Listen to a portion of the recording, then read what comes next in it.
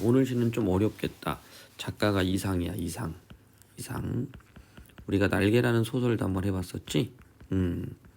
그래서 의식 흐름의 기법이라고 그래서 어떤 논리적인 인과관계가 아니라 자기가 생각이 나는 대로 그 흐름을 적어나가는 그런 작품들을 중심으로 썼었던 거죠. 날개 같은 게. 자, 거울이라는 것은 앞에서 배웠던 거울이 가지고 있는 일반적인 상징성하고 비슷해.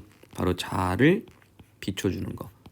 됐나? 근데 이 거울은 좀 특이한 게 자아를 인식하는 매개체이지만 또 하나는 단절시키는 대상이기도 해요.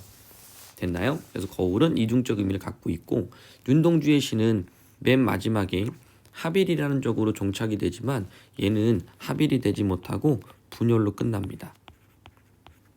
됐지? 그래서 아마 그때 일제강점기라는 그런 어떤 시대 속에 근대화가 진행되던 그런 사회였는데 그때 이제 지식인이 갖고 있었던 맨 마지막에 느꼈던 어떤 정서, 우리가 흔히 말하는 대로 현실과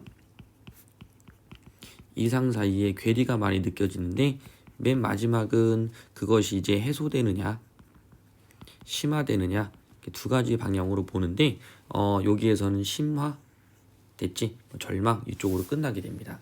자, 그래서 거울이라는 걸 한번 보면서 자아 분열이 어떻게 되어 있는지 한번 볼게요. 자, 키워드도 한번 여러분들 쭉 한번 보시면 될 것 같고 거울 속에는 소리가 없대. 이렇게 보면 거울이 하나 비춰져 있을 거야. 됐지? 거울 속 여기는 밖 이렇게 되겠지. 그럼 안과 밖이라는 게 거울을 중심으로 해서 이렇게 나뉘어져 있는 거야. 요거는 현실과 다른 이 속이라는 것은 자신의 내면이니까 이런 걸 좀 우리가 어려운 말로 자의식의 세계다라고 이야기를 해요. 됐지? 거울 속에는 소리가 없다. 저렇게까지 조용한 세상은 참 없을 것이요. 띄어쓰기 안 했던 거 이런 것들도 나중에 이제 2학년이 되면 소설과 구보시일 같은 거 배울 거거든. 이제 그런 부분하고 연결이 되는데 여기 이제 근대 모더니즘 기법이 하나야. 그러면 근대 모더니즘 기법은 그 전에 있었던 어떤 전통적인 것, 그지? 이런 부분들에 대한 하나의 저항이라든지 비판이라든지 새로움이라든지 이런 부분들로 나아가게 되는 거지. 또 하나는 이걸 붙여 쓴 것 자체들이 내면 심리 어떤 불안함 이런 것들을 드러낸다고 볼 수도 있을 거고요. 저렇게까지 조용한 세상은 없을 것이요. 그래서 안과 밖의 세계가 서로 다르다. 됐지? 그럼 속의 세계는 되게 조용하대요. 거울 속에도 내게 귀가 있어. 거울 속에도 내게 귀가 있대. 그럼 얘도 이렇게 있고요. 귀. 밖에도 귀 이렇게 있을 거야. 근데 문제는 뭐냐면 내 말을 못 알아듣는 딱한 귀. 그러면 나의 내면하고 내가 소통이 되지 못하는 거지. 그럼 이런 것들이 바로 뭐야? 현실적 자아랑 내면적 자아가 서로 인식이 되지 못하고 소통이 되지 못하는 그런 상태라고 보시면 돼요. 그래서 거울 속의 자아가 내면적 자아겠고요. 거울 밖의 자아가 현실적 자아겠지. 거울 속에 나는 왼손잡이요. 내 악수를 받을 줄 모르는 악수를 모르는 왼손잡이요. 악수라는 것을 그냥 우리가 일상에서 생각을 한다면 요건 이제 서로 어떻게 되는 거야? 평화. 그지? 나 무기 아무것도 없으니까 당신 손 한번 내리면 이렇게 해갖고 뭐 만들어졌다고 하는데 요건 이제 연결로 좀 보시면 될 것 같아. 너는 좋아 이런 걸로 보시면 될 것 같아. 그런데 악수를 받을 줄을 모르는 거니까 단절돼 있지. 단절이 계속 반복되는 거 보이니? 그 뭐 되는 거야? 심화, 강화 이렇게 되겠네. 거울 때문에 나는 거울 속에 나를 만져보지 못하는 고려와는 거울이 아니었던들 내가 어찌 거울 속에 나를 만나보기만이라도 했겠니? 그 뭐야? 그렇지. 만져보지 못하는 건 단절이죠. 그런데 만나보기만이라 했다는 건 인식을 한 거잖아. 그지? 그러니까 자아에 대한 발견을 한 거야. 그래서 현실적 자아와 내면적 자아가 이 거울이라는 걸 통해서 좀 인식을 하게 만들었지만 실제 이제 화해가 되지 못하는 그래서 이중적 소재를 담고 있죠.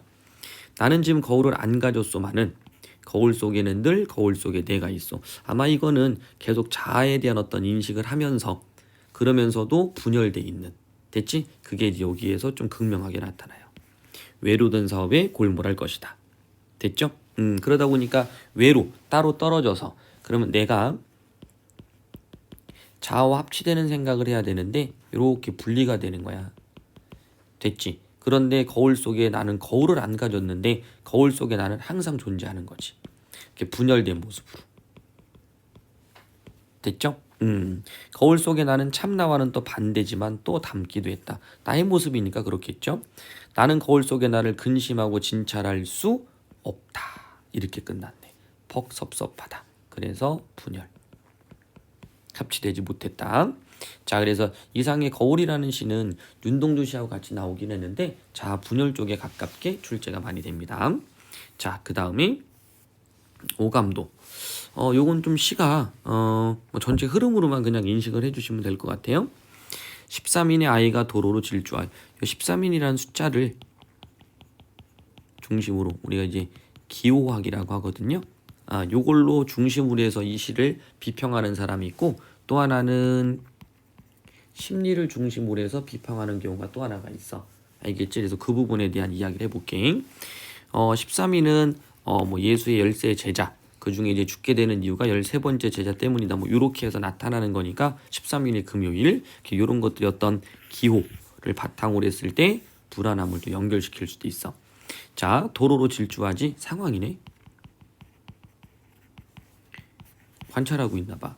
길이 막다른 골, 잠깐.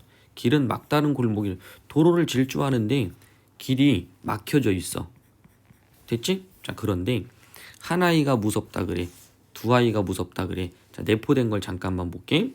한 아이가 무섭다 그러면 나머지 12명은 어떤 아이일까?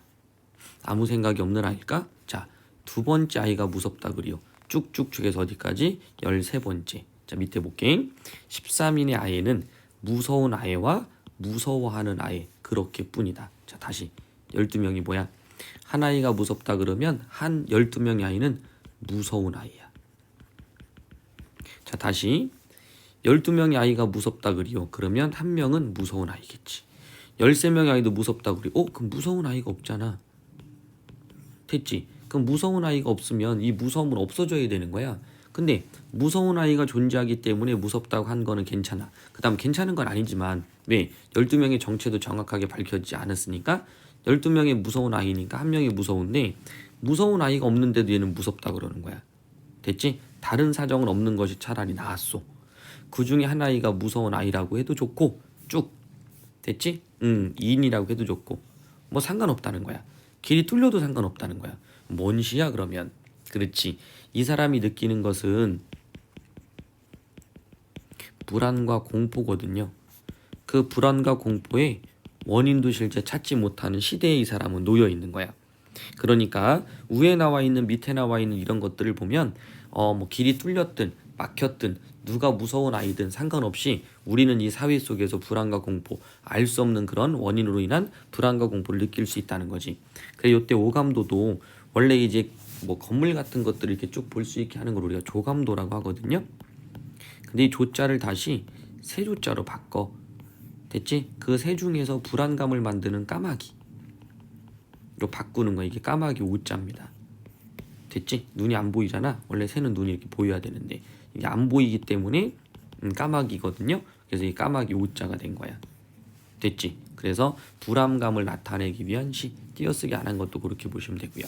자, 이렇게 한번 인식해 보시면 여러분들이 문제를 풀기에 아마 좀 편할 것 같아.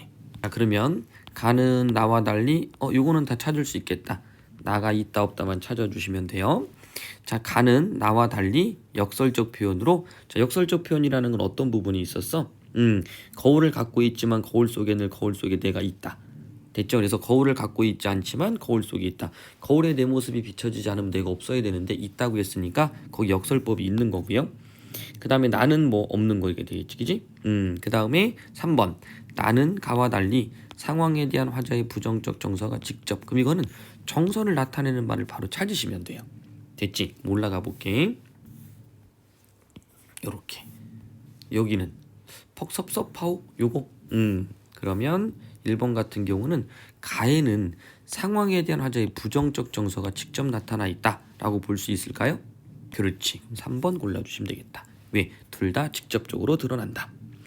자, 그 다음 나머지 이렇게 찾아보시고요. 요건 아마 알 거야. 요것도 우리가 판단해 보시면 되고요. 요것도 표현 방식으로 이건 아마 다음 주 아마 우리가 얘기를 하게 될 것 같고요. 다음 중 가의 거울 속과 관계가 나머지와 다른 것. 거울 속은 바로 내면적인 것. 그지? 조용한 세상, 딱한 기, 왼손잡이, 외로단사오, 내 악수. 이미지만 찾아주면 되겠죠? 시는 좀 복잡하지만 문제는 좀 쉽네요. 보기를 참고하여 기억 미음. 기억이 뭐예요? 여기서 나오는 거다. 그지? 한번 우리가 체크해 봅시다. 거울이라는 소재를 통해 거울 밖에 나와 거울 속에 나가 갈등을 하고 있다. 자, 의식의 분열이다. 거울 밖과 분리된 거울 속의 이질적 속성이 소리를 중심으로 올라가 볼까요? 조용하다. 그거였던 것 같은데 요렇게. 그죠? 자, 그 다음 현실적 자아가 내면적 자를 인식하지 못하는 것이 인식하지 못하는 것이 갈등의 원인이다. 인식을 못했다? 한번 가볼게. 내 말을 못 알아듣는 딱한 기가 있다고 그랬지. 그지? 그러면 여기에서는 내 말을 못 알아듣는 딱한 기라고 그랬잖아. 그럼 요 내 말을 이 내 말은 현실적 자아겠지. 내면적 자아가 내 말을 못 알아듣는다고 그랬어. 그러면 3번 읽어보시면 현실적 자아가 내면적 자아를 인식하지 못하는 것이 갈등의 원인이다. 현실적 자아의 말이 내면적 자아가 못 알아듣고 있는 거지. 그럼 이때는 어떻게 써야 돼? 내면적 자아가 현실적 자아를 인식하지 못했다. 이렇게 해서 화살표가 반대로 이렇게 돼야 되겠지. 됐지? 내면적 자아가 현실적 자아를 인식하지 못한다. 이렇게 보시면 될 것 같아요. 자, 그 다음 보기를 참조하여 나머지는 여러분들도 한번 해보세요. 모르는 것도 질문해 주시고 보기를 참조하여 나를 감상한 내용 적절하지 않은 거 13인의 아이는 근원적인 불안과 고통에서 벗어날 수 없는 현대인을 상징한다. 자, 이런 애 막다른 골목은 현대인이 느끼는 불안 이미지 서로 연결되니까 괜찮은 것 같다. 2연과 3연에서 모든 아이들이 무서움을 느끼는 것은 기지 모든 아이들이 무서움을 느꼈지. 13인의 아이까지 불안과 공포가 모든 현대인 이렇게 모두로 확장시킨 게 모든 사람들이구나 라는 뜻인가 보다. 3연에서 13인의 아이를 무서운 아이와 무서워하는 아이로 나누고 있지만 아이들의 근원적인 불안과 공포는 변하지 않는다. 맨 마지막까지 모두 무서워하는 아이가 됐지. 4연에서 조소를 반복하는 것은 무섭거나 무서워하는 아이의 숫자는 상관없다는 것으로 현대인의 불특정 다수가 불안과 공포를 겪고 있다. 다무 상관없다는 거야. 그지? 5연에서 화자가 적당하다고 여기는 도로의 모습이 막다른 골목에서 뚫린 골목으로 전환된 것은 자, 위로 올라가 봐. 뒤에 갔더니 뚫린 골목이라도 적당하오. 불안과 공포를 해소할 수 있다. 아니, 이게 뚫리든 막히든 상관이 없이 우리는 항상 어떤 걸 느낀다? 불안과 공포를 느낄 수밖에 없다. 이 사회에서. 됐지? 그런 이야기입니다. 자, 그 다음 5번도 시를 한번 해석해 봐야 되겠다. 자, 시를 한번 볼게. 이상의 가정이네. 문을 앞만 잡아당겨도 안 열리는 것은 안에 생활이 모자라는 까닭이다. 생활이 모자란다. 가난이에요. 됐지? 밤이 사나운 꾸지람으로 나를 졸른다. 밤이 나를 꾸지람? 그럼 이건 뭐냐면 의인화지만 이것도 마찬가지로 자의식이야. 왜 생겼을까? 책임? 가장으로서의 책임을 다하지 못했다라는 그런 죄책감. 그것이 밤이 나를 꾸지람이라고 이렇게 표현한 것 같아. 나는 우리 집 내 문패 앞에서 여간 성가신 게 아니다. 왜? 문패에는 가장의 이름이 이렇게 써 있었거든. 그래서 이게 바로 뭐야? 그렇지. 나를 바라본 거야. 나의 모습을 확인한 거지. 요렇게. 자, 나는 밤속에 들어서서 재웅처럼 자꾸만 감해간다. 이게 가장으로서 뭔가 무기력함. 그것을 재웅으로 표현한 거야. 식구야 봉안 창호 어디라도 한 구석 터 놓았다고 내가 수입되어 들어가야 하지 않나. 그러니까 이 집에 내가 들어갈 수 있는 자리가 많이 없다는 거지. 그 이유는 뭐 때문일까? 아버지로서의 책임을 다하지 못했기 때문일 거야. 지붕에 서리가 내리고 뾰족한 데는 침처럼 월광이 묻었다. 자신의 심리를 어떻게 표현한 거? 감각적으로. 이게 다 심리를 감각화시켰다고 보시면 돼요. 우리 집이 알라보다. 그리고 누가 힘에 겨운 도장을 찍나 보다. 수명을 헐어서 전당 잡히나 보다. 이 전당이 전당포.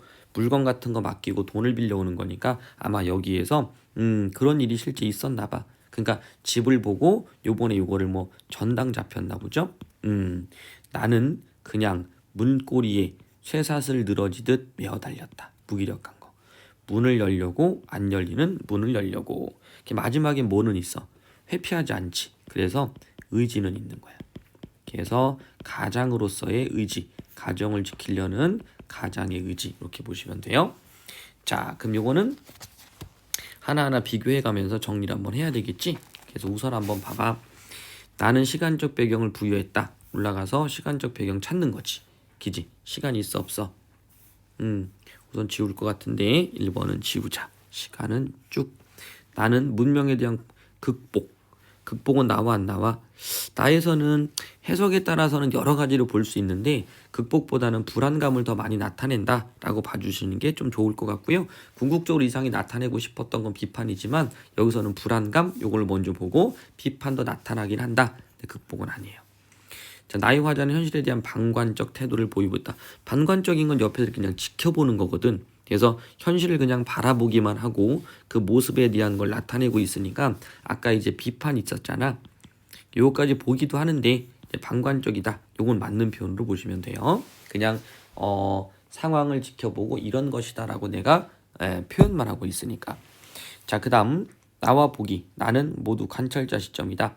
자, 앞에 부분 보니까 13인 아이가 돌을 질주하고 있는 거를 보고만 있었죠. 그리고는 관찰자의 시점이 맞아. 요렇게. 근데 보기는 관찰자를 객관적 아니었었죠. 자신의 심지 나타내는 거니까. 그 다음 나 대상에 대한 감정이입을 하여 친화족도 그냥 지워질 것 같아. 됐나요? 그렇게 본다면 5번도 다 틀리고 4번은 뭐 관찰자니까 보기만 틀렸지. 이렇게 한번 나눠봐. 그럼 1, 2, 3번 중에 또 하나를 골라야 되겠네. 보기는 공간적 배경을 묘사하여 내면 세계 공간적 배경 자체를 묘사했다. 여기는 묘사 자체가 우선 없다고 볼 수 있지. 공간 자체의 배경을. 만약에 묘사했다 그러면 요거. 뭐 지붕에 서리가 내리고 있고. 됐나요? 그래서 요 부분을 내면을 형상화했다라고 할 수는 있을 거야. 됐죠? 뭐 비유적이긴 하지만 요쪽에 짐처럼. 자, 그 다음에 그러니까 요거는 나는 틀리고 보기는 맞고. 보기는 다가올 미래에 대한 낙관적 이 부분을 갖고 낙관적이라고 할 수는 없죠. 그죠? 이것도 두 개 다 틀렸네. 그 다음에 3번. 보기의 화자는 부정적 극복. 이게 중요했던 거야. 안 열리는 문을 열려고 한다. 됐죠? 그래서 이건 답이